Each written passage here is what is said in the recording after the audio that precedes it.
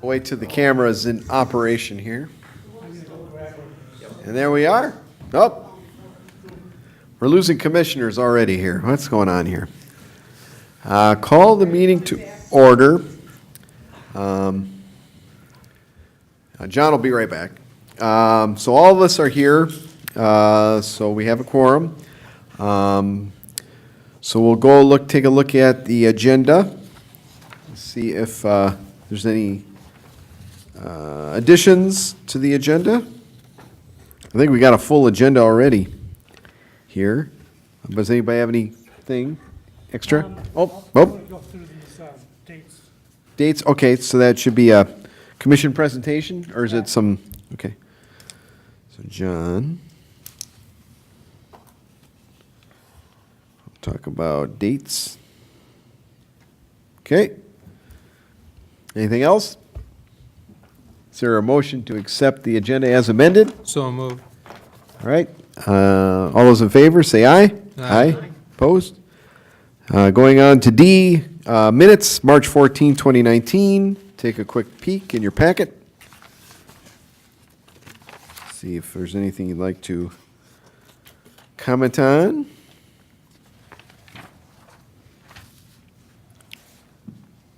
Okay. Is there a motion to approve the minutes? I'll move. Oh, that was a race there. I think Margaret will get the first. I'll Richard, second. you can have the second. All those in favor, say aye. Aye. Aye. Opposed? All right, minutes are good. Moving on. E1, new business, conducting city business in public meetings presentation. Thank you, Chair and Commissioners. Tonight, our City Manager, Melinda Coleman, is with us. She's going to do a presentation on conducting city business and public meeting presentation.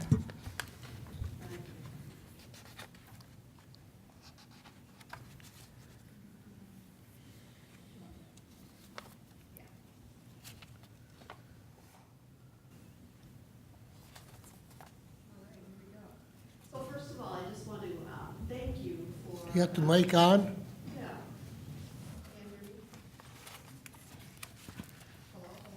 Not yet. Is that better? There you go. Oh, good. That was simple, thankfully. Okay, now can you hear me or not? Yes. Okay, great. So first of all, thank you very much for allowing me to be on your agenda tonight, and also to thank you for the work that you do and how you help connect our residents, our present-day residents, to our residents of the past and some of the things that have happened in the history of Maplewood. So thank you very much for your service to the community. The City Council is really grateful for the work that you do, as am I. So thank you so much. Really appreciate the fact that you all share your time and talent on behalf of the city. So thank you very much for what you do. And in line of gratitude, and speaking of things that we are grateful for, I would like to say how grateful we are for having Jenny. So I have been working with staff to look at her job description and trying to figure out how we can replace her, and we finally figured out we can't. It's going to be impossible. This girl is like Wonder Woman. She is amazing what she does. And we're sitting there thinking, we're never going to find someone who can do all these things. So wish us luck on replacing you, Jenny, because I don't think it's going to be possible. So thank you for your service. I'm going to get started now on the presentation. I have been doing this. I did this with the City Council because we have some new members on the council, as you know. And then I thought it would just be a good refresher for people on the commissions to hear this message as well, because it's really important. There's some things that we need to make sure that we're doing appropriately when we're having our public meetings.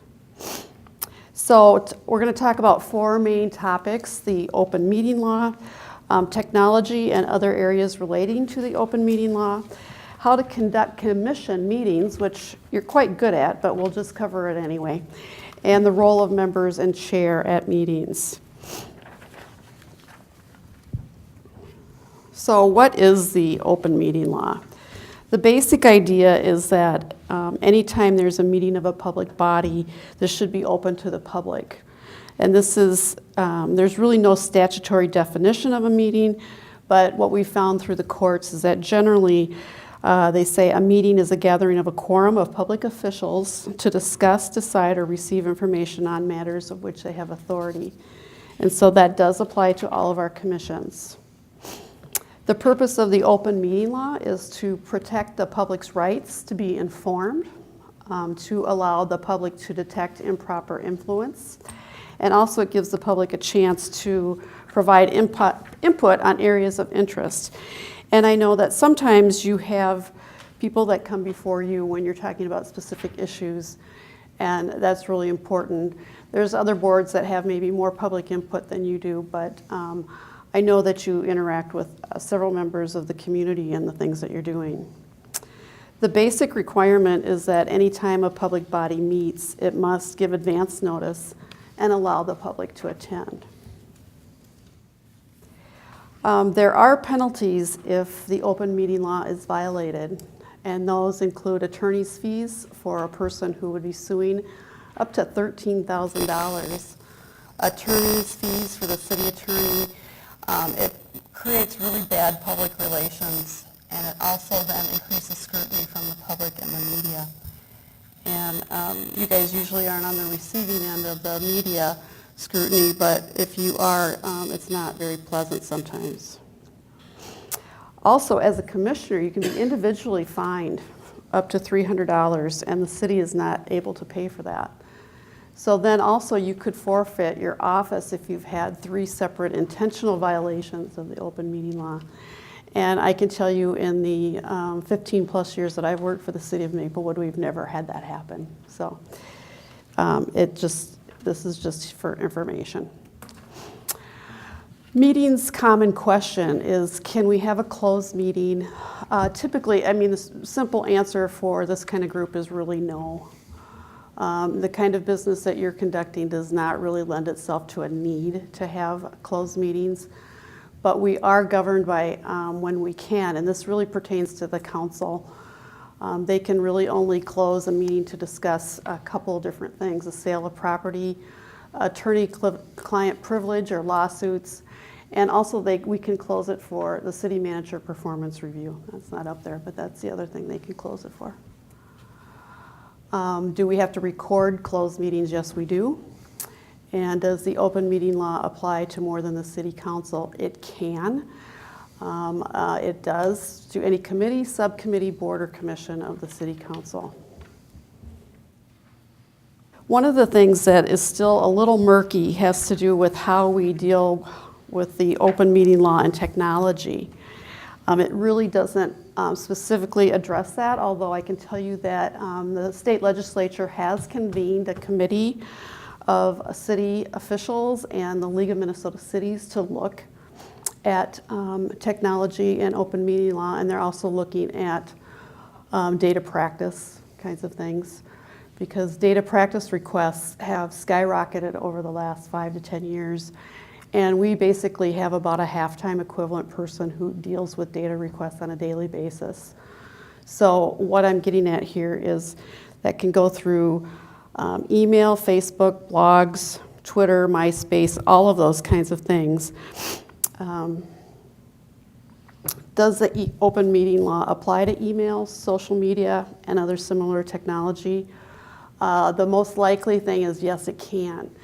And so one of the things that I've been talking to boards and the council about is being really careful about how you do email communication. One of the things that is best to follow is that you use your staff liaison or some kind of city staff to be the communicator for you. So for example, if Peter had something that he wanted to share with the commission members, it would be best to email Jenny, and then she would email all of you, because once one of you starts communicating with everybody on the board, that's technically an open meeting violation. So if you're trying to share information, that's how you do that. The other thing that happens sometimes is when you hit that reply all button, that can get you into trouble. And it can get you into trouble even on something as silly as Facebook. And I don't know if you're Facebook friends with each other or not, but my advice is to not use social media to communicate with one another, and to remember not to communicate with more than a couple of you, or you could be in violation.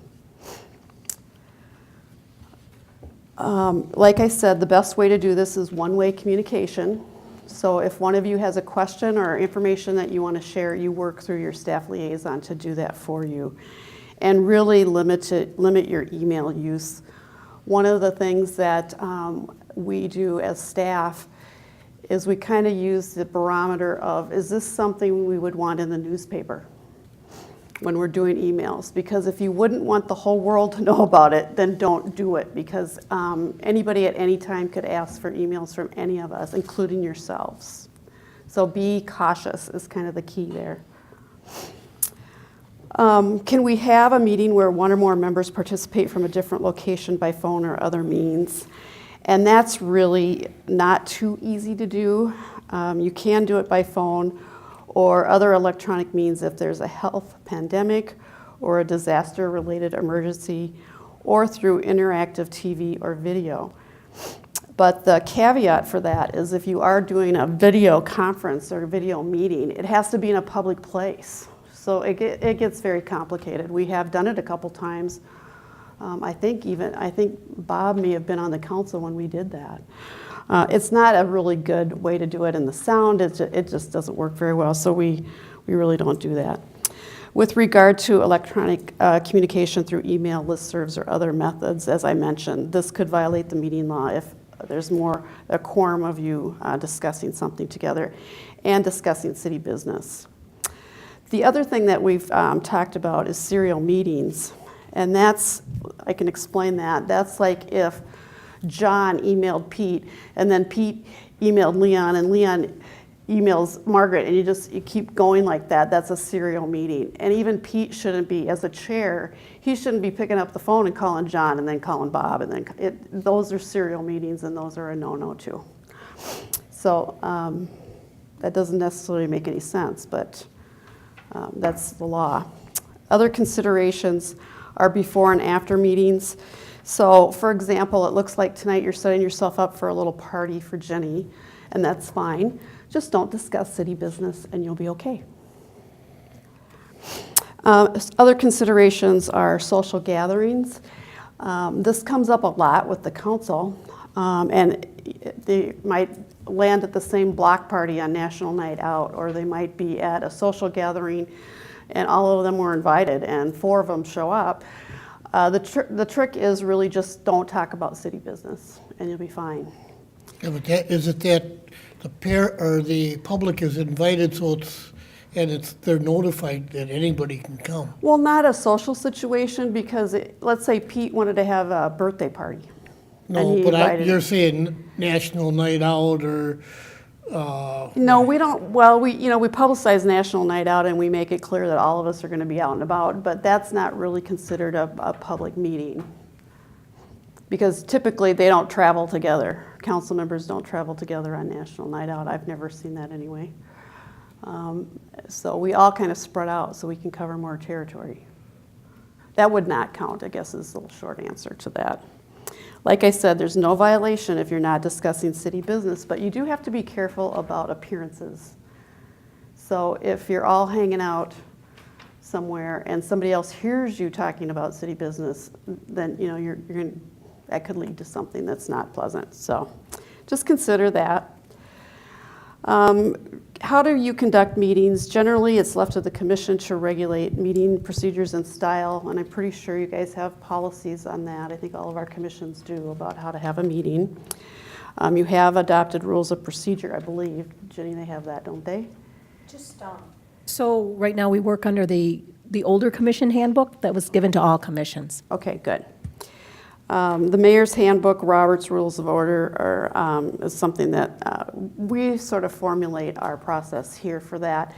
It's more of a formal process, but I think it helps keep business moving and discussions moving, and I think it just makes us look a little more professional if we follow some guidelines for how we conduct our meetings.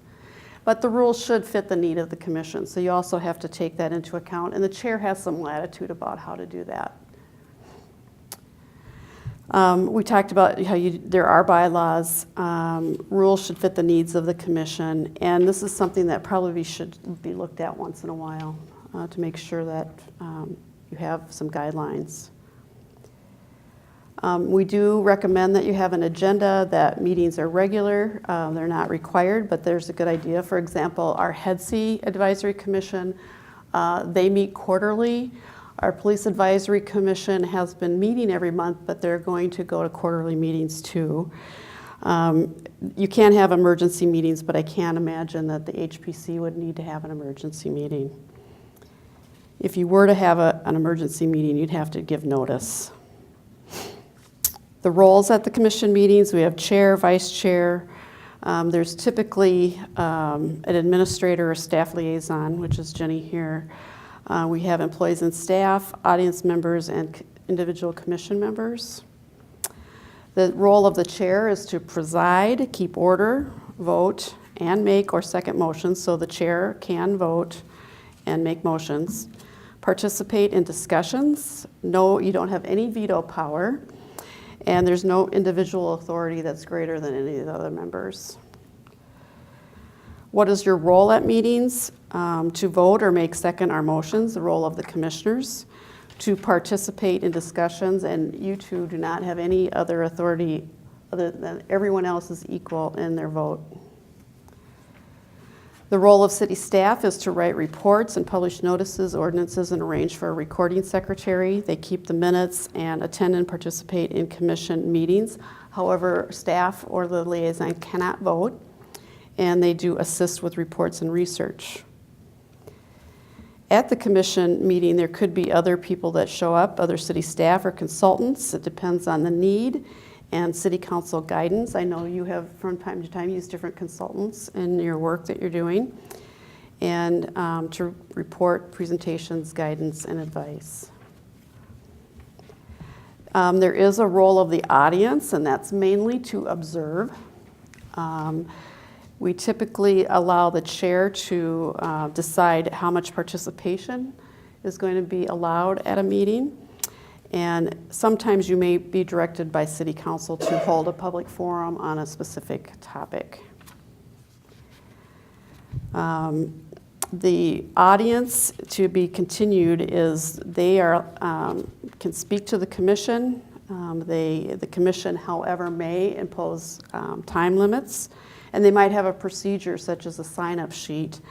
And it's typically, if you are allowing people to speak, it's typically a good idea to get their name and address for the record, and have rules and guidelines for how they conduct themselves. There's no right to remain noisy or unruly, and the chair has the right to dismiss people from the podium if they become so. The commission role during open forums is to listen. You can ask questions. Those go through the chair. And generally, it's not your role to respond or problem solve, but to hear what people have to offer. So you're listening, and then the chair will decide what you do with that information. And it might get passed to staff, or you might just note their concern. But you really try to stay away from two-way conversations with the person in the audience. So that's my presentation, but I do have another thing I want to ask you about. But before I do that, I would like to know if you have questions about the presentation. At one point, way back when Ron was around, we were asked if we could have city emails. That way they couldn't touch, we could go into our own, but they wouldn't even touch our private emails. Well, I doubt that we will do that because it's very expensive. But I would tell you that that's not the case. If somebody wanted to get your private emails, when you're conducting city business, those become public. It's just like our cell phones. I don't have the city pay for my cell phone because I wish to do personal business or talk to my family and that kind of thing. But that if somebody made a data request for my emails and I'm using the city phone, that becomes public information, or my phone, I should say. That I think was what our concern was, that we didn't want, if we're doing city business, let's use the city. It doesn't matter is what I'm saying, Richard, is that if you're even using your own email address, it doesn't matter. They can still ask for it. if you're doing city business on your own personal phone or computer, it's public information. So it doesn't solve the problem. I think it makes sense, but it's quite expensive. So I don't think we're gonna open it up to city emails for all our advisory boards. It gets really, really expensive. Thank you, Mr. Chair. City manager. How about that? It's very nice. I have one question for you. Okay. When I look at the screen and the screen is on you. You're not talking up loud enough. I'm sorry. Thank you, City Manager Melinda Coleman. Just one question. The one question is, when I look at the screen and I look at you, I see all kinds of knots in that scarf. Yeah. Does that have any significance to the job that you are doing? Yes. It's no, it's just a hobby, tying scarves. But thank you for noticing, because it took me quite a while to figure out how to do that. I thought it was years of service. That too. Okay. And match the lumps on my head. So thank you for your observation, Commissioner Cardinal. I think Margaret has a question. Oh, okay, Margaret. There is one area that I think we have to be kind of conscious of is in regard to, like you were talking about, the night out, whatever, is so many of us are involved with things at the barn. And you tend to gravitate to the people you know. Right. And, which would be the commissioners. And we have to, I think, be careful that we don't maybe speak of, oh, at the last meeting, you know, so-and-so did this or that. And it'd be really easy to, because it's a common bond that Right. we all have. So, you know, I appreciated your comments, but I think for us, because so many of us are involved in that, we need to be conscious that we don't bring up anything that's, you know, happened, because it is a public forum and people could have heard it before, so. Yes, thank you for that comment. And that's really spot on. And you do gravitate towards people that you have things in common with. And when you're on a commission together, that's obviously something that you have in common. But you guys also have this passion for history. And to be able to talk about that is fine. Just don't say, you know, at that last meeting we talked about this, and I sure wish I would have done this. And that's what you can't do. But you can share your passion for history and talk about things that are important to all of you, but just don't talk about things that come before you as a commissioner. I know that's one of the reasons why I pushed on the bottom of our packets, if you read it. I don't have that. It says there may be a quorum of the commission at any of the society events, which all the society events are open to the public. Very good. That's nice. That's good. Thank you. Any other questions? Okay, I appreciate the. I have one more ask for you before I Okay. go. All right. One of the things that I'm doing while I'm out talking to commissions, I've been asked by the council to ask you this. Is there anything that the council could do differently to make the interview process for commissioners any easier, better, any way we could improve that process? We've had some people evidently talk to a couple council members that the process is a little bit intimidating. So I'm just looking for ideas, if you have any, about how we could improve the recruitment and interview process for commission members.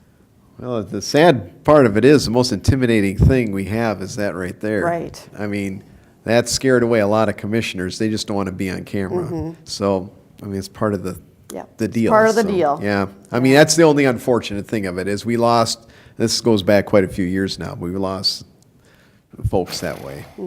But, you know, I mean, has anybody gone through the interview process recently? It's been a while. Probably so- Margaret is the last Yeah, one. what'd you think, Margaret? Are you guys? And yeah, Leon. you I was okay with it, you know. Okay. Well, I the thought they asked some thought-provoking questions. They kind of put you on the spot there for a little bit, but, you know, I wasn't offended by anything they asked. And to be honest with you, I didn't think about a camera. I mean, I probably shouldn't have asked to do this, because I'm not real photogenic, but, just keep it off of me, okay?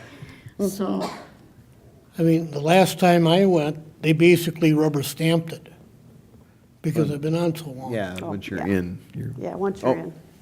Oh, Leon, you had a question about, oh, okay, but you remember Recently. you remember I your, don't believe I was interviewed. you were never interviewed? Oh, we'll have to I interview. could give you a long story being a headhunter for 30 years, but I Oh. won't bore you.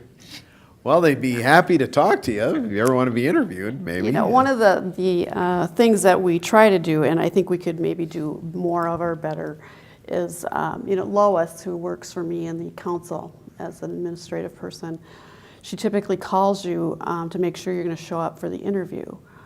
And there was some discussion about, well, should we tell them what the questions are going to be? And there's, as somebody, if you've been in HR, you know whether is that a good thing or a bad thing. And maybe a mix, maybe like say, well, this will be sort of what we're like the kind of the flavor of the questions. Maybe not give them the specifics, but say, we're going to ask you to talk about how you think that relates to the citizens of Maplewood or something to make it a little more friendly. But other than that, I haven't had a lot of feedback. Most people think that it works pretty well. And the council wanted to know if we could have the interviews in the Maplewood room, which of course we can't because we don't have a camera in there. So we're just kind of, as a public entity, we're just have to kind of live with that camera whether we like it or not. I know when I first got on, the candidates came to the commissions, and they asked some questions. Then we went to the council, and they asked some questions. Of course, what they asked me was, well, how long are you going to be in Maplewood? I says, for eternity. I got my spot all over at Forest Lawn Cemetery. And they get that dumbfounded look. Well, And they Yeah. look down at their map and realize I'm right across the But street. you're from- right, I think we did at one point have the commissions do the interviews first, Yeah. and then they went to the council. Because the commissions actually could ask the, whatever Yeah. commission they are, More pertinent questions. pertinent Yeah. questions, and then they recommended it to the council, yeah, I'll go ahead and approve them or whatever. And it gave the candidates, I think, a little bit more respect of the commission that they are trying to apply for. Well, one thing that could help was, now that I'm remembering it, they have to approach the podium. And if you've been to enough city council meetings, nobody wants to approach that podium unless they have to. So if there's a way to do it, still be on camera where you don't have to be at the, under the hot lights, that might help. Put them off to the side. Put them off to, I don't know, put them off to the side, Yeah. more of a, I don't know, it doesn't have to be like, you're on trial, I guess. Because it feels like, you have to approach the mic and, And then it's bad for the ones that didn't make it. Oh, somebody will see them out and Yeah. you didn't get appointed, why? But that, I don't know, make it more friendly, I guess. 'cause, You can try that. hey, Mr. Cardinal? Well, thank you, Mr. Chair Pete.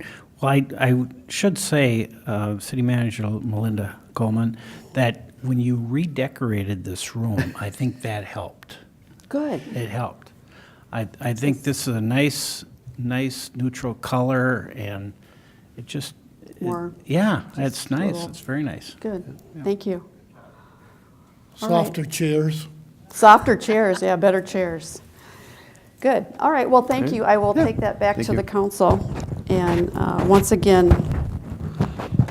thank you for your service, and thank you for acknowledging Jenny tonight. That's, Say, Melinda, Yeah. would you stay until after Bob gets done? I can't, I'm really sorry. My husband is Okay. stuck up north because of the weather, and I got to get home and let the dogs out. Okay. That sounds like a feeble excuse, but it's the truth. Yeah? But we are going to tape Bob's presentation and hope to use pieces of it later in some video that might be done. Well, no, there's something else that I want her to be here for. Oh, I can maybe watch from my computer. there you go. Thank you so much. Thank you. All right, All thank right, you. Thank you very much for coming. Good feedback. Okay, coming up now is E2, Old Town Hall History. Bob's turn to present. I'm going to get set up. You get it set up?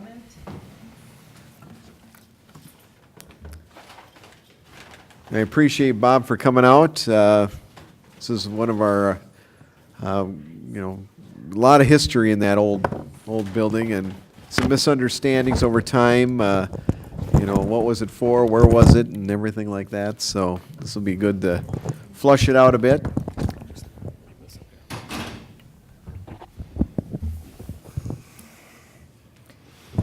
Thank you, Mr. Is this on? Yep, I think so. Thank you, Mr. Chair, Commissioners, and audience members, and fellow historians. Tonight, I'm going to be talking about the New Canada Town Hall. You could call it a presentation, but I think it probably is going to be more of a eulogy because the building itself probably will not be existing for a few more months, and it's been around for quite a while. So let's get started. Let's start out with the New Canada Township, which really was founded in May 11th, 1858. First election of officials. The meetings at that time were held in St. John's City, which is today the city of Little Canada, in the log schoolhouse. It was about 1872 they started talking about a better town hall, and they voted a half-mill tax that also went through 1873. 1874, they increased that to 1 mill for a new town building. Let's step back and see what the township was like in 1874. The orange shows today's Maplewood city limits, but in 1874, the township also included Little Canada in the upper left-hand corner, North St. Paul in the upper right-hand corner, and quite a bit of St. Paul. You can see some of the lines there around St. Paul talk about the annexations that occurred just after 1874 up until about 1890s when the township boundaries pretty much ceased except for Little Canada, North St. Paul. The population was about 789. That comes out to about 38 people per square mile. So truly it reflects that it was a rural environment. In 1878, the voters finally decided that they would approve construction of a town hall as near as center to the township as practicable. Not quite spelled correctly there. And on June 3rd, 1878, the Board of Supervisors did award construction to Lewis Coleman. They received 5 bids. Mr. Coleman's bid of $310 was the lowest, and that is equivalent to about $7,700 today. I keep wondering if $7,700 would even buy a garage today, but so it was pretty light in construction.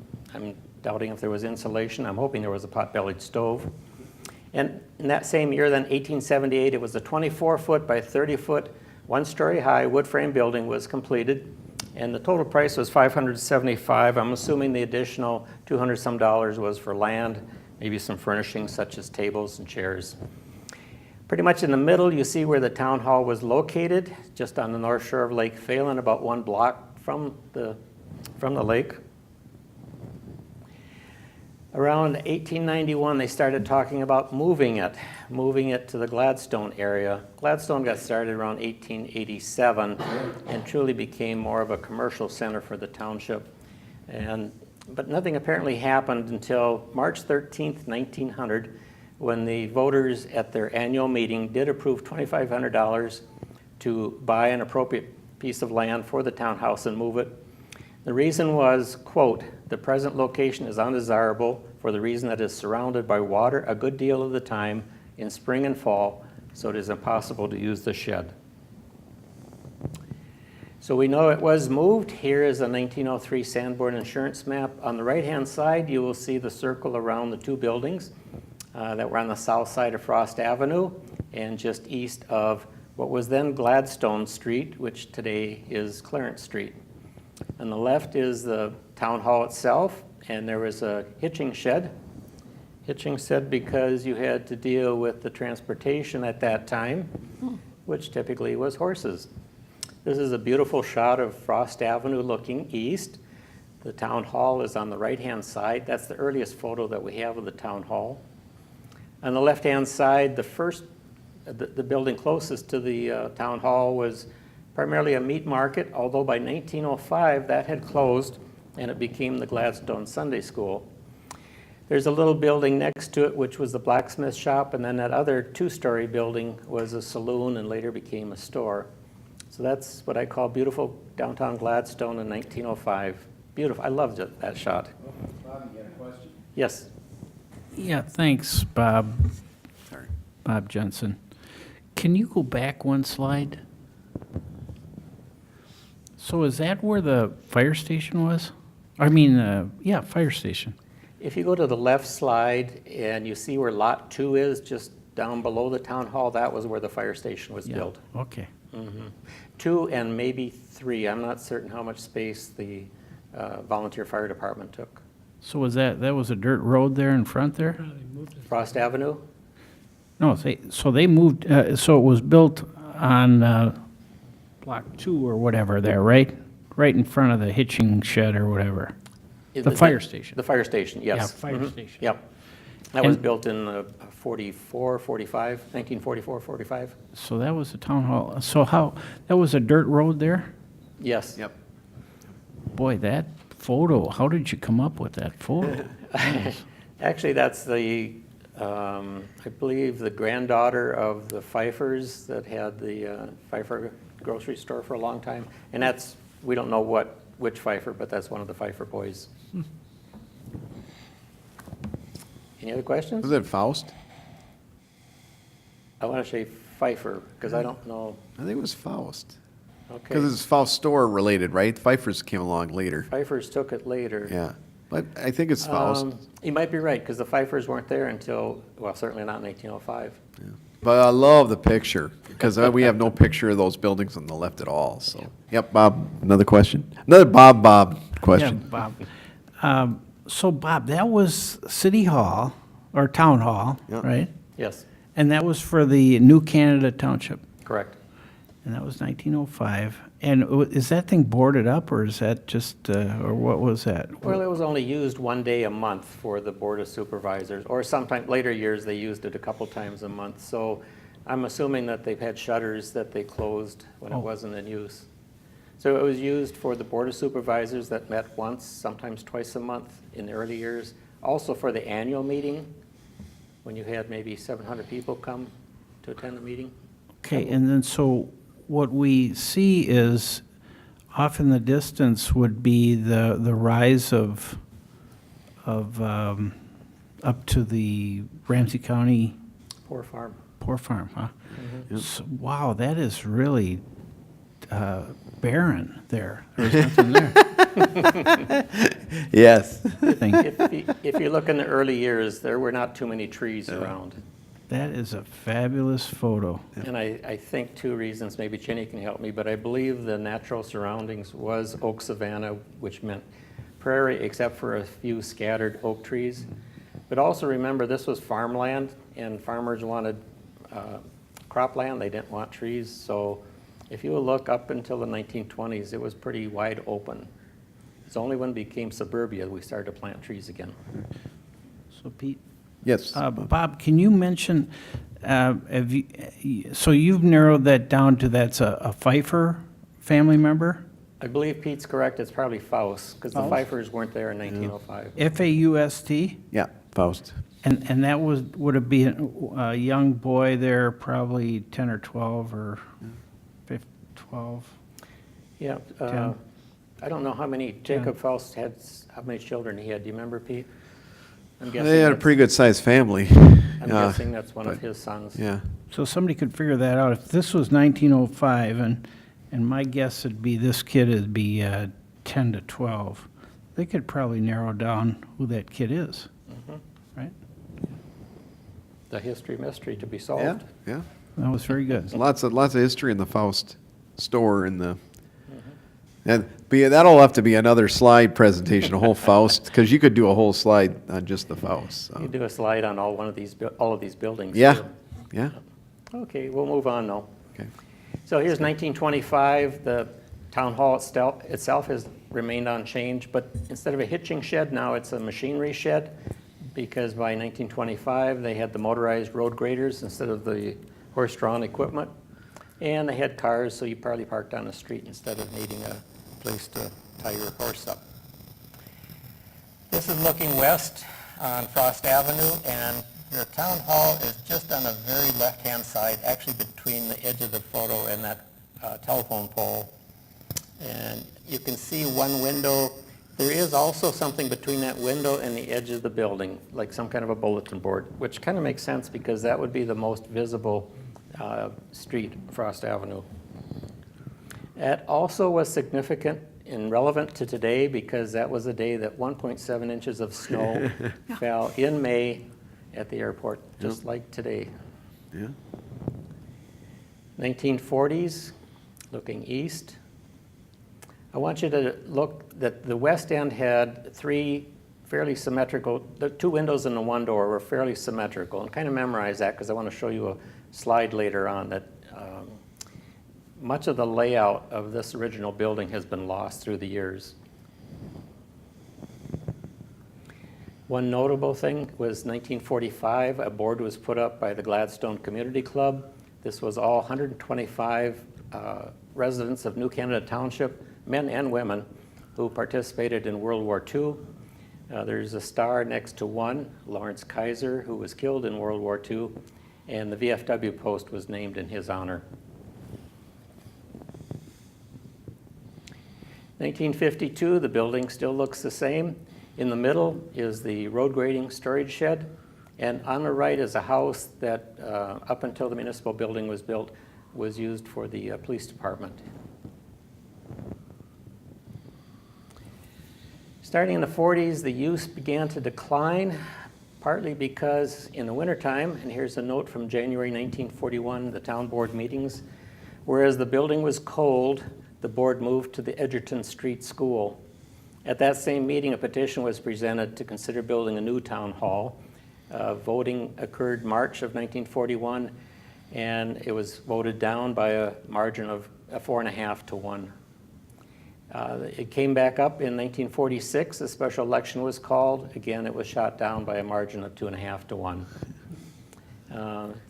They didn't want to spend the money, basically, is what it was. And in most of the annual meetings were held in March, which was wintertime, and quite often they would go to either the Edgerton School or the Gladstone School for the larger crowds. December 1950, however, the town hall, the annual township meetings were decided to be held in the school. 1951 is when the Gladstone Volunteer Fire Hall was built. The supervisors decided to hold their meetings in that hall, pay the department $50 a month for rent, and that included use of a little cubby hole for the clerk's office, the town clerk's office. So the town hall was empty except during the summers of 1950, 1951. A vacation Bible school was held by the Temple Baptist Church in St. Paul. The Temple Baptist Church bought the town hall in May of 1952, $585. They moved it to the north side of Frost Avenue where it sits today. They remodeled it with a brick exterior and expanded it so they could hold 225. And they did occupy it January 1953. And in 1955, they built a second unit.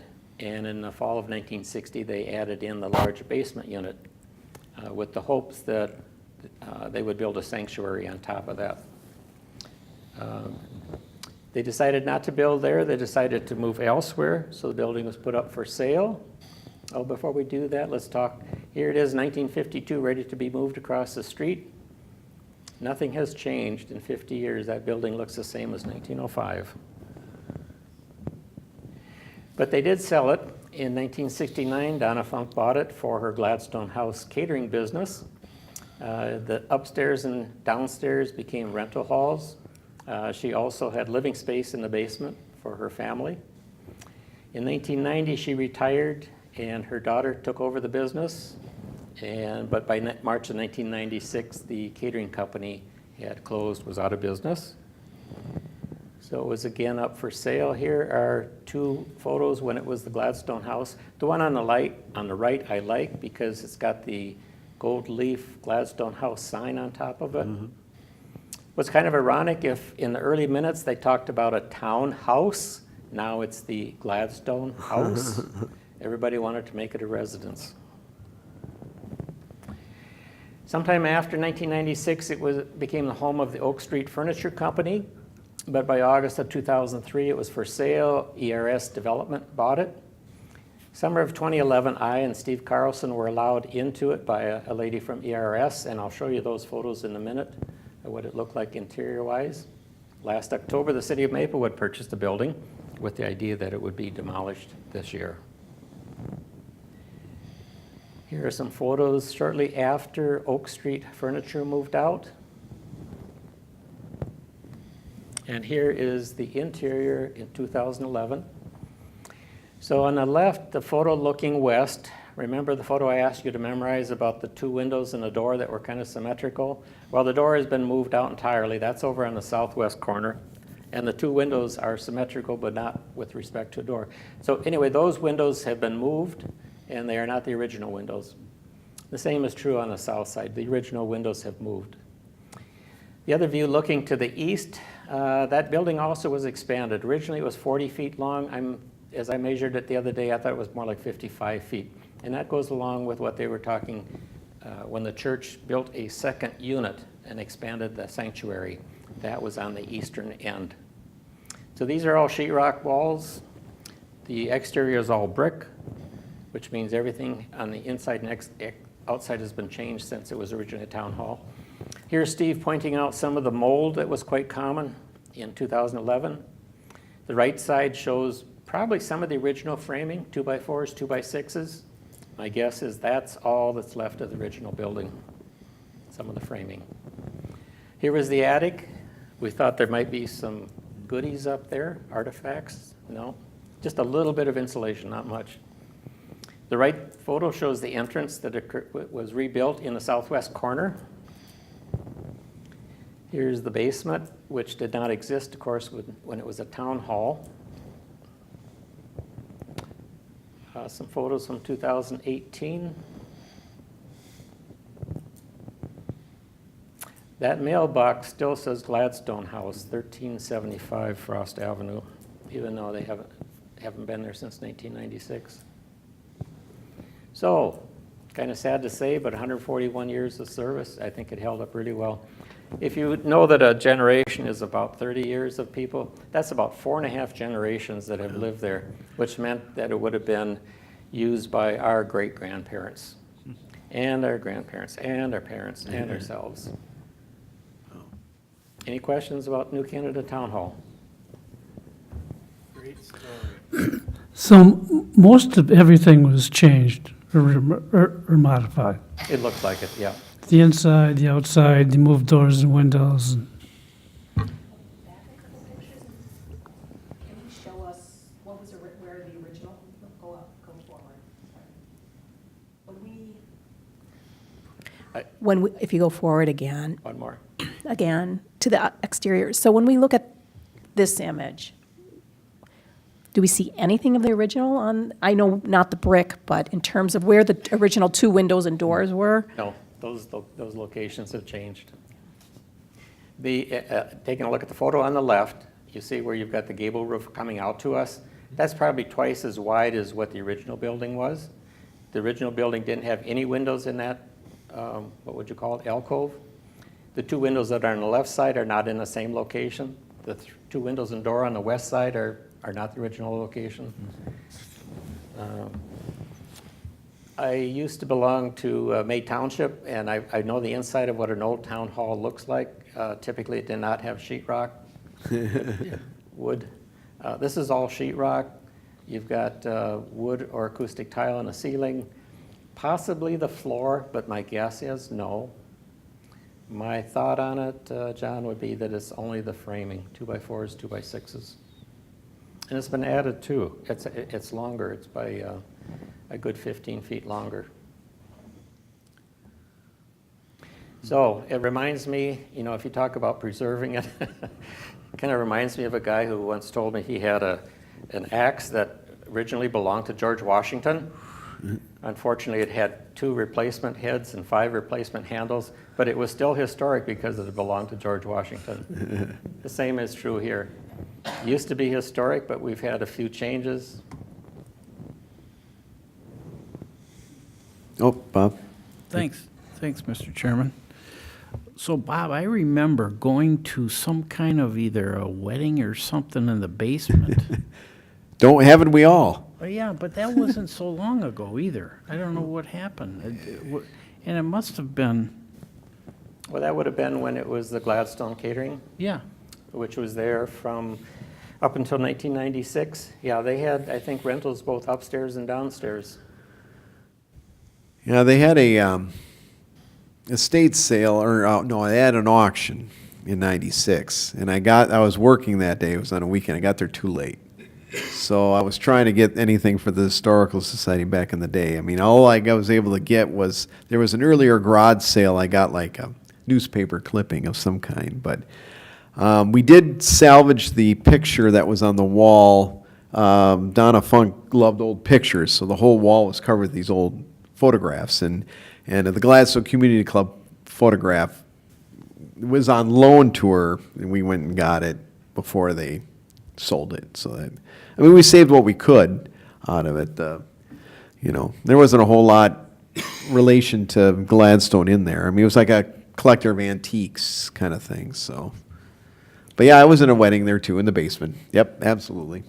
We do have a scrapbook, which I believe was prepared by Ann Fosberg, because Ann worked for her for a while, which has a lot of the menus, a lot of the advertising, a lot of stories about Gladstone House, which if you've been reading in I think I wrote up 3 different articles in the newsletter about aspects of the town hall. Yeah, in fact, the last one I put in a lot of photos. Yeah, well, appreciate it, Bob, for doing that. You're very welcome. Great, great history there. Hopefully people at home got a kick out of it too, you know. When are they going to take it down? Yeah, I guess that's one question. Any date yet on the, Oh, we don't, no, sorry. No, we don't have a date. okay. The one thing I wish I could do is rip up some of the cedar shakes just to see what's underneath. If there's any original clapboard still underneath or not on some of the older parts. And I don't know, wouldn't be too hard to do it, you know, just to see what's there. A lot of times they insulated the walls with old newspapers. Well, that's a good point. I mean, before they get rid of it, it'd be nice to I wouldn't go inside it, but on the outside might be interesting. I don't know. Well, it's okay inside. Huh? I'm not going inside. I went. I Okay. did some checking. I got a box of stuff to show. Oh, you do? Did you bring it with? Oh, yes. Okay, well, I guess, ready? by all means, Richard, let's see what you got. This commission meeting's full of surprises. You can try putting it on the overhead here. So you'll have to explain what this is from. Well, go over to the overhead. Yeah. Well, look at this. A moving camera. Boy, we are technologically advanced here. Yeah. All right, give a little background here. And did Bob know about this, Mr. You know, we're losing some. Hang on, we got it. You got a mic. Got to get mic'd. All right.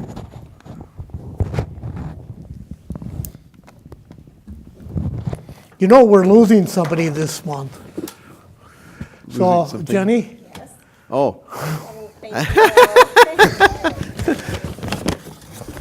and, okay. you know, we gotta have some candles, you know. Oh, is this from the Gladstone house? These candles? And, Oh, okay. I guess I'm. Huh? you know, they did catering at the Gladstone House, And right? catering from the Gladstone House. It's a historic. It's historic. I hope it's not more than 50 years old. Well, I hope that cake isn't from 1969. Yeah, it's petrified, retired. So, Bob, are those candles from the Gladstone house? I'm guessing, but There's some goodies for you. okay, Congratulations on Thank making you. it to retirement. okay. So thank you. With the commission's permission, we'll Yeah. continue the meeting and Yes, party and celebrate afterwards. that sounds like a plan. Okay. All right. I wanna Thank you. Can take a break or? No, we'll do it after the meeting. It's fine. Okay. Bob didn't mention, but they did save the Gladstone House, one of the signs, right? The black and white one, not the gold one, right? We don't have the gold one. So there was a few things saved from it already, and you know, and we'll obviously got a lot of pictures. So always looking for more pictures. So if anybody's got any more old pictures of the town hall, we'd love to see them. A bunch of old stuff. You do? From the town hall? Most of it's outside in the snow. Anything is good. The one picture that was in the town hall, I remember when they sold it, was somebody did either a crane shot or an airplane shot above the town hall. It was from the 60s. It was in the basement. And I don't think we ever found that picture. That would have been a good one to have, because that kind of showed what used to be around there. It was a really nice picture. But anyway, thank you again, Bob. Hope you come back and give another talk. You know, let's give him a hand here. Thank you. All right, moving on to E3, Gold Line BRT Integrity Analysis Review. I think this is Ginny's review. Yes. Thank you, Chair and Commissioners.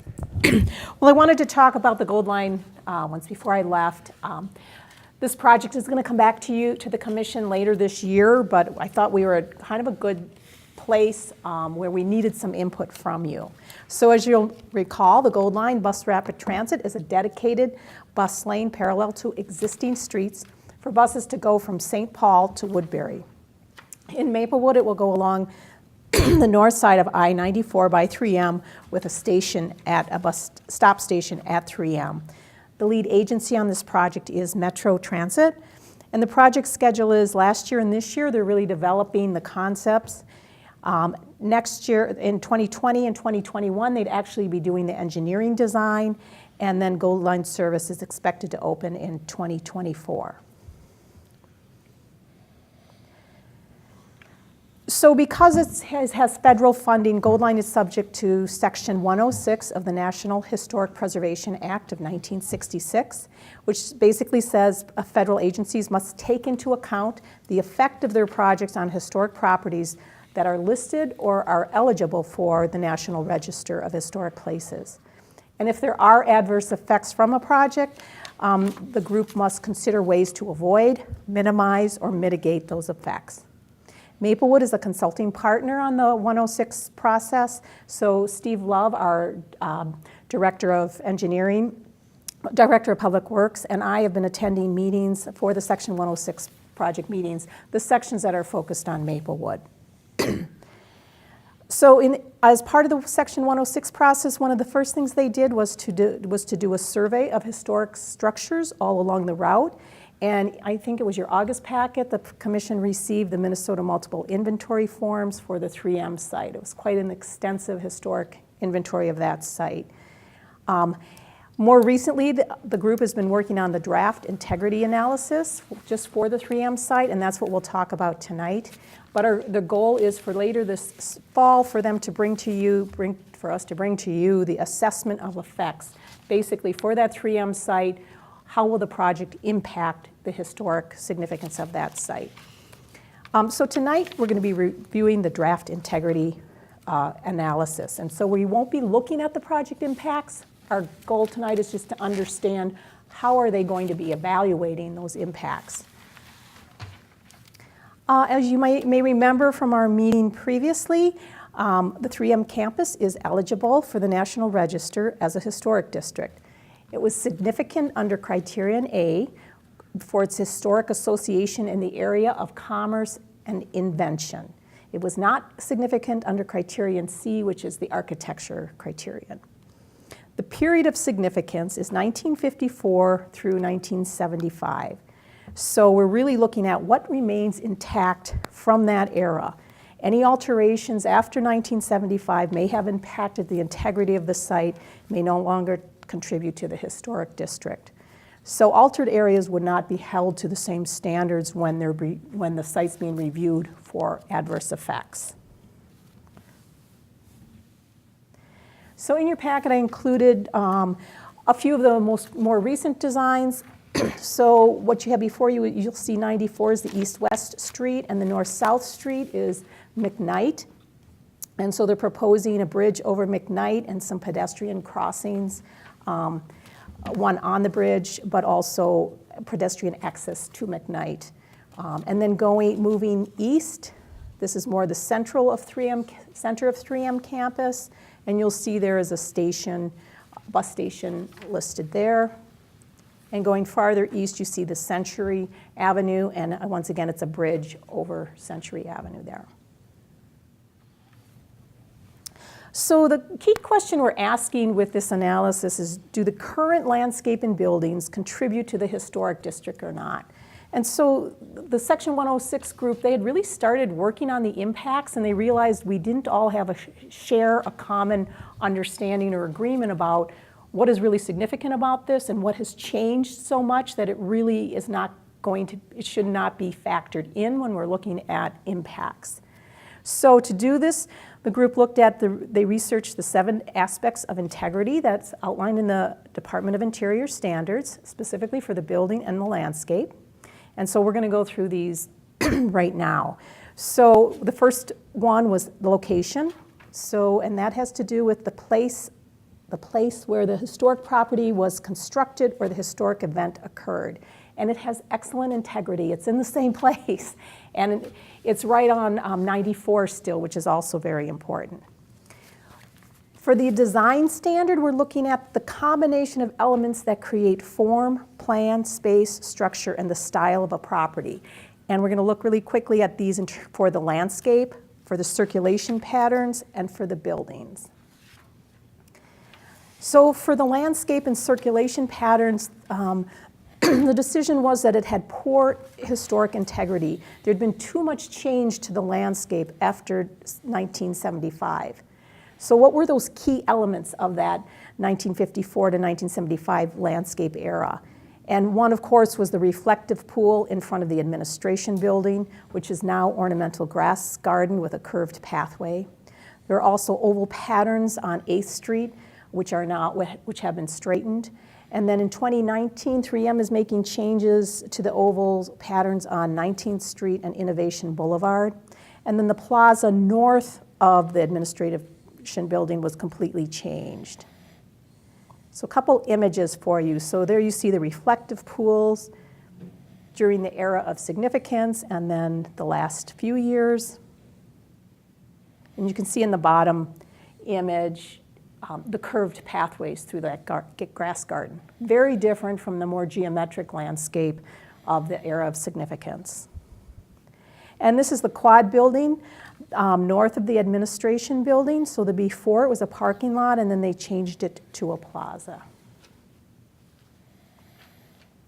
The circulation patterns have also changed. So on 8th Street, which is, I believe, the one to the left there, was straightened, and this year 3M is changing Innovation Boulevard and 19th Street.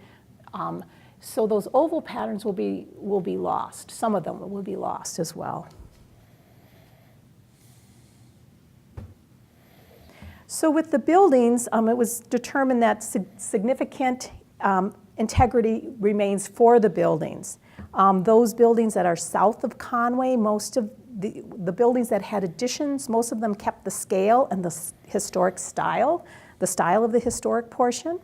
And those buildings further north on campus, on the east, the buildings before 1976, there were no major alterations. And the buildings after the era of significance, it was felt that the newer buildings were set back far enough and concentrated so they did not substantially detract from the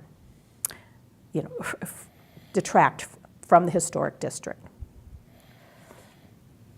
So the next standard after design is setting. And this is about the elements such as topography, vegetation, man-made features, and relationships between buildings, features, and open space. And the conclusion was the setting has good integrity. The relationship between the buildings, roadways, and open space remains intact. And the internal setting more within the campus was fair, I think because of the the changes in some of the roadways. But its siting on I-94 is still intact, and they felt that was a very important thing when that campus was started. They specifically wanted it near a major transportation corridor. Although Bob will correct me on when was 94 actually put in? I mean, it was still a major road, but it wasn't the highway yet. 12, right? It US was, 12? Yes, when did it become a freeway? Probably around 1970. Yeah. yeah, I'll Sounds repeat about that, right. 1970 or so it became a freeway, but. It was in stages, like the rest of them. It Yeah. was not, they did it one part at a time. So the next two standards are materials and workmanship, and the consultants looked at those together because they are somewhat similar material, or they work together. The materials are the actual physical elements that are used during a particular period of time and in a particular pattern to form a historic property. And the workmanship is the physical evidence of the crafts of a particular culture or people during a given period. So for the landscape, they thought materials and workmanship had poor integrity because so little of the original landscape remains. For the buildings, they felt most of the buildings have good integrity, except for the administration building. Does not, because that original facade was reconstructed with different materials around 2005. And the building Building 201, which is on the corner of McKnight, had an addition, but they felt it still retained sufficient integrity. And then the last two there are two more standards they looked at together were feeling and association. So the feeling is getting at the property's expression of the aesthetic or historic sense of a particular period of time, and the association is the direct link between an important historic event or person and a historic property. And for the landscape, they felt it retained poor integrity of feeling and association. There were multiple changes to the landscape, so it no longer conveys the aesthetic or the sense of a mid-20th century corporate campus, so it was difficult to see the link to that era.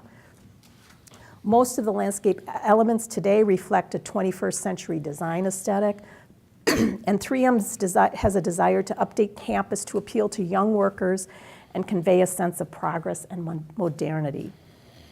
With the buildings, however, they felt they retained sufficient integrity of feeling and association. The spatial relationship of the buildings is intact, and it continues to be located along that major transportation corridor. They had a few other conclusions after going through each of the standards. One was kind of an overall conclusion that the landscape does not retain sufficient integrity to convey its association with the period of significance.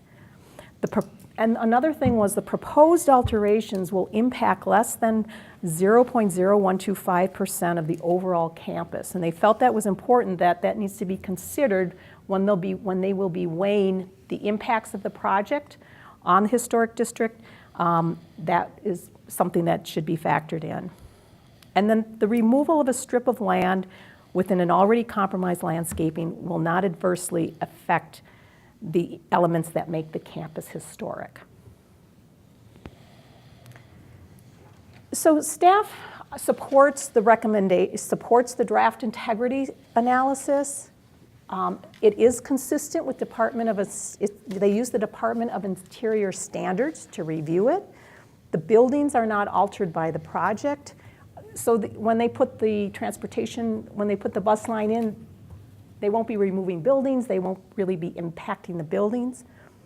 The landscape will be impacted, but what they're finding in the integrity analysis is the landscape doesn't retain its historic integrity. So you really have to take that with a grain of salt when they come to determine impacts. If it doesn't have its historic integrity right now, are there really any impacts from the project? And the traffic patterns also do not retain the historic integrity. So we're asking the HPC tonight to look at this and discuss this draft integrity analysis. And if you approve it, then you're, pretty much agreeing with the basic tenets, and then these are the tenets that they're going to use to guide the assessment of effects. Elements that don't have historic integrity are not held to the same standards when they're evaluating the impacts. So even though the landscape does not retain its historic integrity, the project designers will be sensitive to the historic pattern of the lawn of open lawn with scattered trees. Okay. And I think that's all I had prepared on slides. So with that, I'll open it up, turn it back over to the chair for discussion. Oh, looks like we got our first question. Do they have funding for this? Yes. Well, that's a good I question. mean, I don't know the exacts of the funding, but I do know when they're looking at some of the different alternatives, there were some things like the bridges, will they have pedestrian, will the bridges include pedestrians? So some of the funding has not been completely finalized, but this is a major project and it's pretty far along, it's pretty far down the road. Okay. It's funny that a lot has been talked about the landscape. Now, not being a 3M worker and driving by it, who knows how many times, I almost forgot about the reflecting pool until it was brought up. Because every time you drive by 3M, you're not looking at the reflecting pool. You're looking at the big 3M on the big building. And one question I have, and I always try to think ahead on these things, because so many times we've done things, development, and then I'm like, oh, that would have been nice to think about that. Is there any plans for a sound wall in this project? I don't believe so. Okay. Because for me, it's like, I can see things getting built, and then the next step is complaints about, No, so this is adding a bus lane, and so Yes. it's not going to increase it by a lot of car traffic or anything. We're not redoing the highway, we're just adding a bus lane. okay. So it's dedicated to So buses. there hasn't been any discussion of that, because that's, I mean, it seems sound walls are becoming more and more popular. They're going up more and more, and it's not the scope of this project. I understand that, but as we add more lanes and we add the extra lanes, I'm not an architect, so I look at this and I'm like, well, that's pretty, but I don't really know what that's going to Right, look like. and, yeah, you don't. And so specifically tonight, so they're going to give us at some point better renderings to Okay. really look at, especially on the McKnight corner. We've asked for some more three-dimensional. We want to Yes. really be able to see a different perspective, but we're too early in that design process to do that. They've limited, they can't do it for everything, so we really have to be careful about when we want them to do that and what. Okay. And so specifically, we're not here to review the design tonight. We're really just here to make sure that we're okay with how they're going to be analyzing the impacts. Okay, so all you have before you is this draft analysis, integrity analysis. They're going to use these concepts when they go to prepare the assessment of effects. And the assessment of the effects, that is the actual document that you will be reviewing later this year, and that's the important document that's going to lay out Okay. what are the impacts. So tonight, we're really just here to make sure everybody understands where they're going to, this is the base that they're going to be using for that document. Okay. I wonder if they have some of that done already, because on Facebook this weekend, if you look, you had Nora Slowick and the mayor and a whole bunch from Oakdale. They took a bus and ran it around there, discussing they took a dry run of the Gold Line Okay. from St. Paul to, Well, they weren't on they were just on I-94 then. I don't know where Well, they, this hasn't been built, so they couldn't have taken well, the gold. they could have went on those, There's a few streets where, it's going to be on a downtown street or Oh, something, oh, okay? okay. But as much as possible, it'll be off-road. Okay.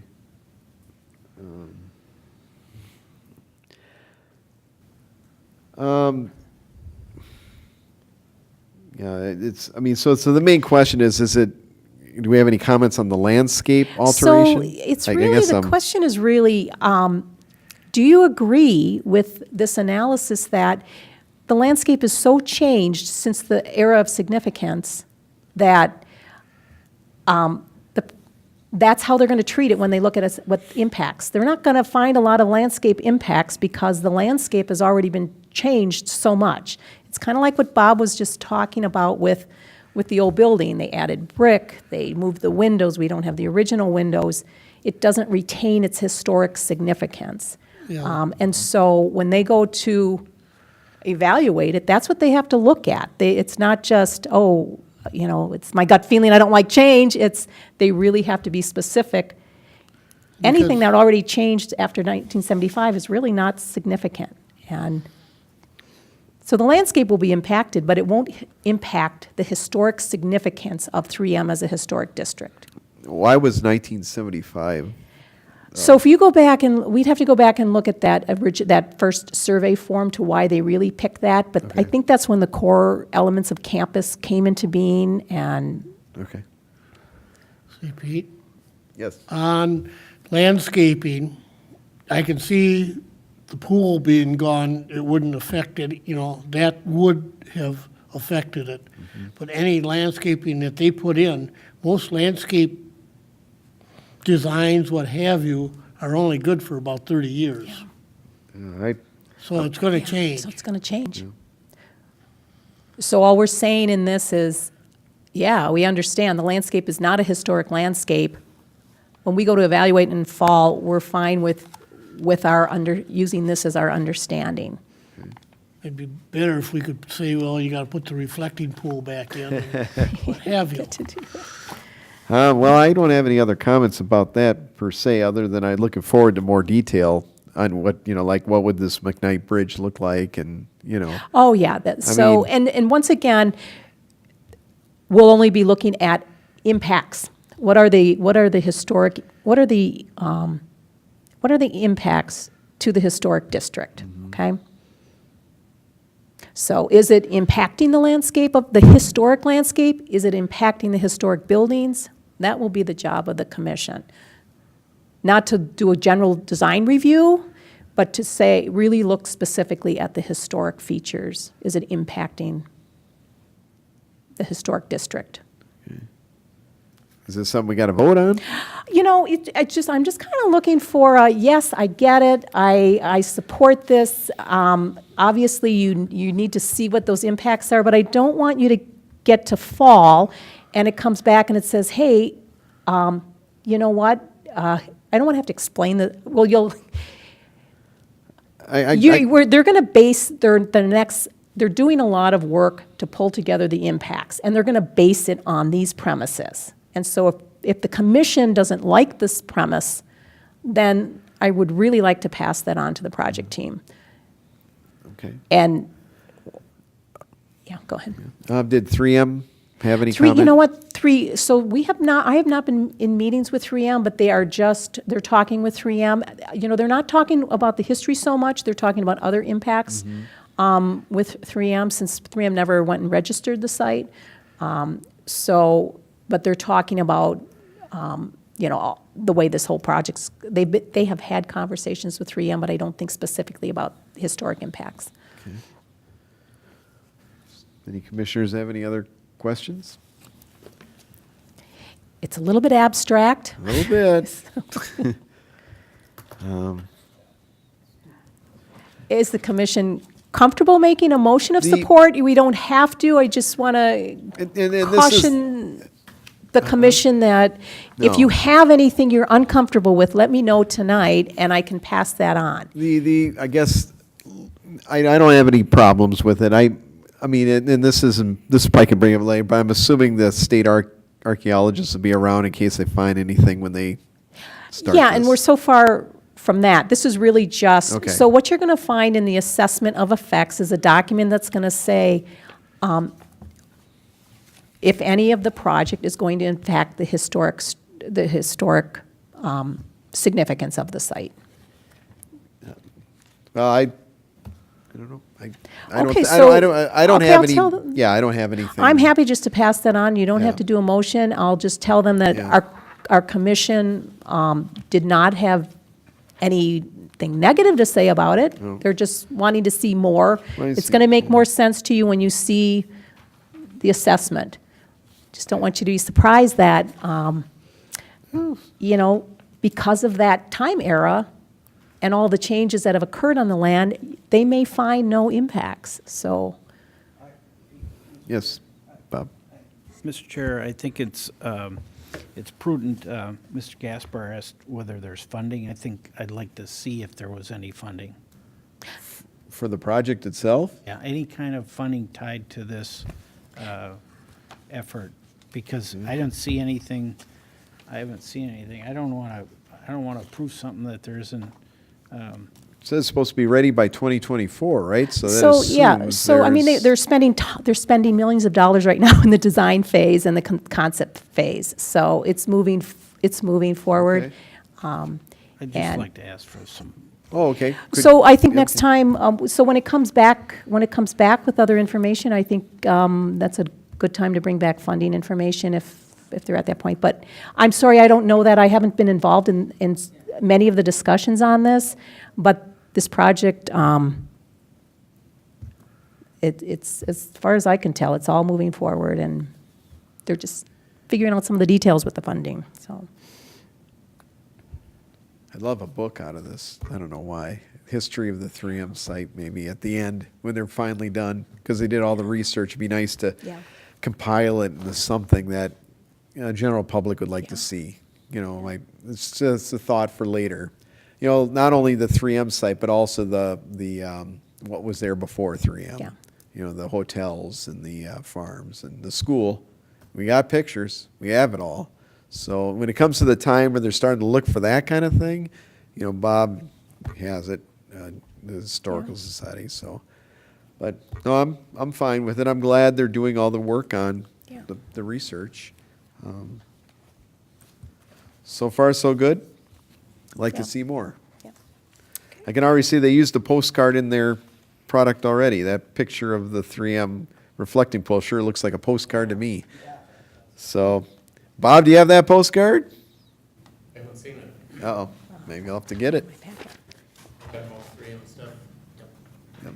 So, okay, thanks, Thank Ginny. Oh, wait, Bob has one more parting question. Mr. Chair, by the way, our president of Maplewood Area Historical Society did work for 3M. Oh, I didn't know. Didn't you, Bob? I did not know this. At a time? You invented Post-it notes? No, Bob and I had that gentleman on our show. That's right. That's right. Well, I didn't know that. So near and dear to your heart, then. Okay. All right. Well, thank you, Ginny. Oops, I lost my agenda here. Next on the agenda, I don't see under F, and I'm not sure if Bob wants to talk about visitor presentation. Oh, wait. Do we have anything on the, what else do we have? I mean, other than John's discussion. Oh, we do have Ramsey County Cemetery. Is that coming up too? Yep. Okay. It's on staff. Staff. Okay. Bob, did you want to talk about Historical Society items? Yes. Okay. So this is G, visitor presentations, Historical Society. No more After history. he had No more history. What? No. Could you get the first one up?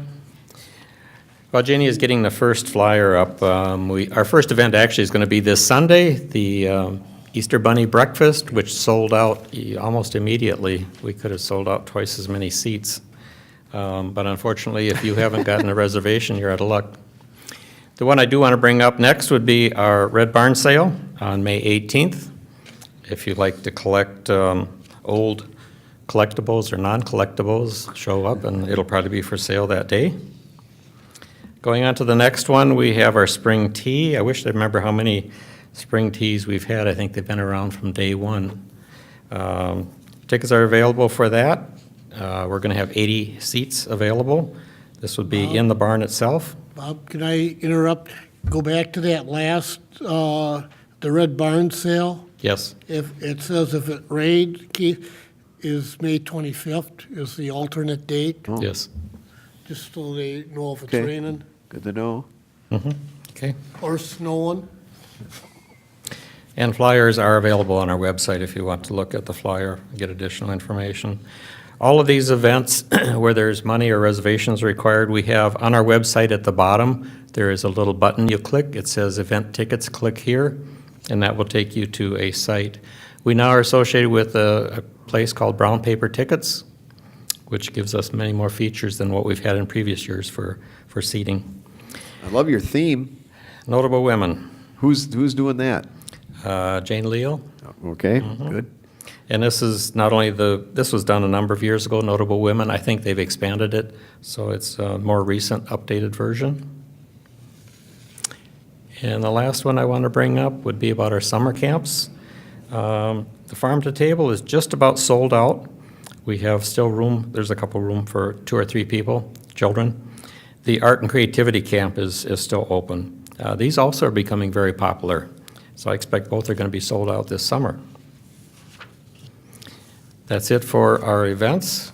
The last thing I do have, a few of you have already received our annual report for 2018, but I'm going to hand it out again for those of you that do not have it. Did anybody have any questions?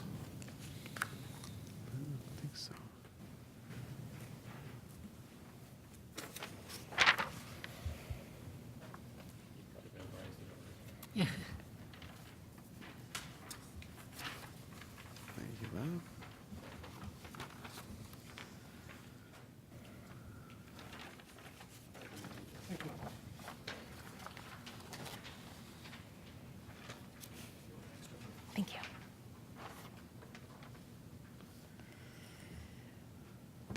Thank you, Mr. Chair. Okay, thank you. Thank you, Bob. Okay, now we're up to H, commission presentations. John has some discussion on dates of buildings.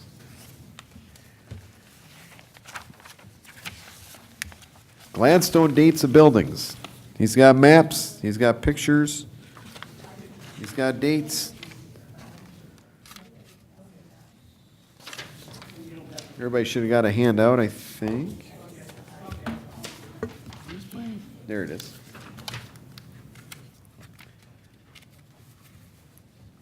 Okay.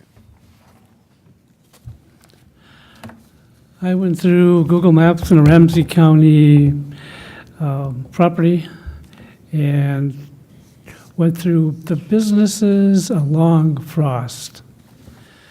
The other way. Up, You'll get it down next meeting, Okay, right? yeah. Yeah, turn Upside, there we around, go. stand on your Almost head. there. Turn around. Yeah. There we Okay. go. What I did is, number one, well, I went through those businesses and buildings on Frost. You can go to the photographs, I guess. That's just an aerial. And go to the first one. That's the Moose Lodge, which will be torn down within the next 2 months, probably.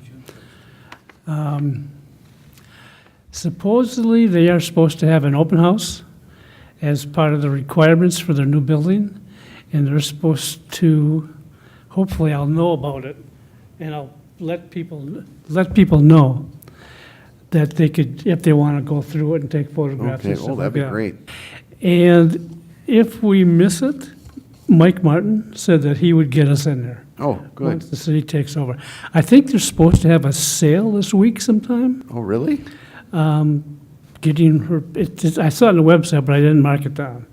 They want to get rid of what is in there now. Bob, are you going? No? Haven't heard of it. Well, I'm gonna So, look it up. What's it, there's a bar? so that was built in Pete. 64. Yeah. Yes, sir. Just tag on to John. So their license expires the end of May. So as of June 1st, they will not be open. Okay, So I think that's the key date is prior to June 1st. okay. Well, they are building on Hazelwood and County Road D. Yeah. They want to open that up in the fall. That's as good a picture as you can get from Google Earth. That's a good picture. Go to number 2.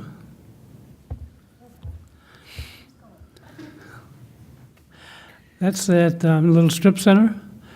That was built in 1950. It's number 3, okay.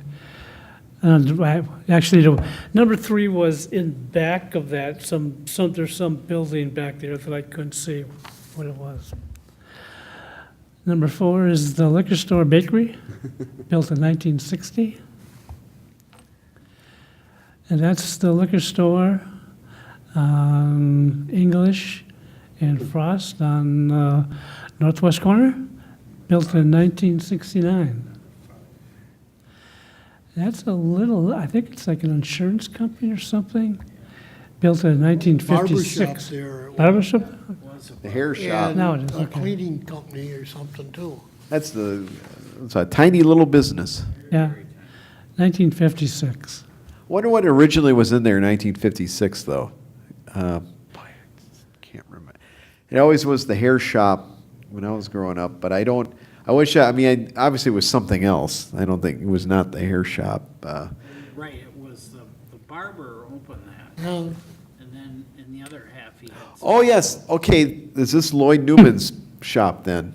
When Lloyd Newman moved out of that other, kind of that house building, I think this, yeah, that's right, he built this building, yes, that's right. He lived over McCarran's. Forgot, okay.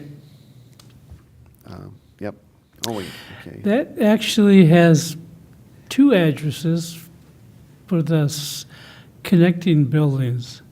And both 1988 and 1968. That's interesting. That building, That's the old dairy, Maplewood yeah, Dairy. 1956. dairy building. Wow, Yep. that was a big spot. The dairy was a big place, At one point, that was the spot for dairy, was it? milk, yes, We went there, yeah. big. That is 1980. I don't know if that's the house or the building in back of it. That house is older than 1980. Yeah, I'm sure it is. Yep. But that's what they have on the Yeah. on the Ramsey County property Interesting. taxes. When it was altered. Yeah, I think so. They got many sheds in the back. That house up on the hill next Wow, door 45. is 45. And that's building across the street, 1935. 35. Wonder what that originally was. I'm trying to remember now. There was a there was an animal, It was moved, I'll give you a little history on okay. That was moved? Yes, I'll give you a little history. Not much can I remember, but that used to be, I think, like the Bolt Works over on Arcade Works. Street. Okay. Might not have been a Bolt Works, but it Oh, it Bolt was, Works. it was over on Arcade Street, and that building was moved to this spot. Huh. See, I thought the building that was moved to the spot was the auto repair clinic building that blew up next to this. That's when I remember it being moved. Well, that's what I was told. This one was. This one over- would have been hard to move. This was moved moved. from Arcade Street. I think. Okay, wow, Yeah. okay. That's the funeral home, Elmvale Hall, yep, 73. okay. And that's the grocery store Orchards, yeah. in 67. Mike's LP in 26. 26. Six. That's, which grocery store? Is that Benson's? Was that where the grocery store was? Yeah, that's where the grocery store was. Was it, I can picture it, huh? I think it was Benson's. Benson's, yeah. That's the old city hall, Yeah. That is the old city hall. 65. That was, is that, what is that number? Now it's the Philippine Center. 16? And Okay, that, I 16. just changed it to the bottom to 1879. Because the Ramsey County has it listed as 1900 when it was moved, I guess. Okay. Well, That's what I have. wonderful work. That was Wow, fabulous. thank you. Yeah. That's a keepsake now. That was very good. So Yeah, we- of course, it leads to more questions, of course, you know. It's all on PDF or I scanned it all in there. Oh, good. and I Thank sent it you. to Jenny, so the whole Okay. thing. So Pete, Yes, sir. maybe John can go back to the oldest. Is that Mike's LP store, or what was it? As in a business, it would be. 6? And that was, Yeah. It's the city hall, like, oh, yeah. Well, City Hall, after that, but as a business, and that, you know, Mike's, Mike's LP, that building hasn't changed much. All the old pictures, it looks close to that. I have a picture of Mike's taken from in front of the city hall because I was going through the city hall with a client. Oh, okay. And as I walked out, I was looking across the street, and then back of Mike's, they have all those propane tanks and Yeah. stuff like that. There was a whole bunch of high school kids sitting on the platform next to them, leaning back, smoking. Oh. So I took a picture of this. Oh, boy. And I put it on, our future heroes, Oh, boy. the future of our government. Oh, boy. Yeah. It says, no smoking, no smoking. It says no smoking all over it. You know what's interesting is the clock in Mike's LP gas, that's been there as long as I can remember, too. Before Mike's LP, it was a video store. I can't remember the name of it, but it was for a brief period, it was a video store, and then Mike's moved in after that. But, Another LP on, was it Clarence, that they had a track come up, or railroad, when the tracks were there. oh, okay, okay. When I was going through the photographs, I got an aerial view of, what's the bowling alley? Maplewood Bowl. Oh. Because it didn't change yet in Google Earth. So I copied it down, it just, it shows the parking lot Oh, in the that's building. pretty cool. Yeah, that's, I don't think we have anything. no, I don't think we got that, so let's save that, too. It's always- Well, when the city was formed, and then when that came in, that was like city center, because it Yeah. was the location. But that's where most of the activity always took place, at that bowling alley. And then, then it got displaced when the Maplewood Mall came in. But that's where the action was. Yeah, they had 2 or 3 nightclubs in there. Yeah, So, because I see my wife and her friends.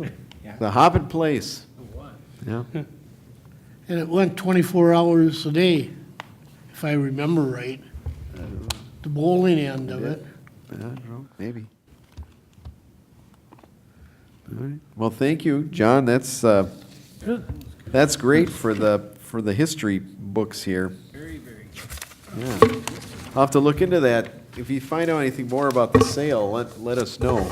Or, I mean, let Jimmy Yeah. know. Because I don't know, because I can see them, they have a lot of, in there, spending a lot of time in the Moose Lodge, they have a lot of things related to the moose, items that they probably, I don't know. Are they going to have a liquor license at the new place or not? I'm sure. Yeah, I imagine they would. Okay. We should talk They're about looking that. for new members, too. Oh, I know. They always are. I don't have the specifics, but I think that was like the original Moose Lodge for St. Paul. Was it on Payne Goes- Avenue?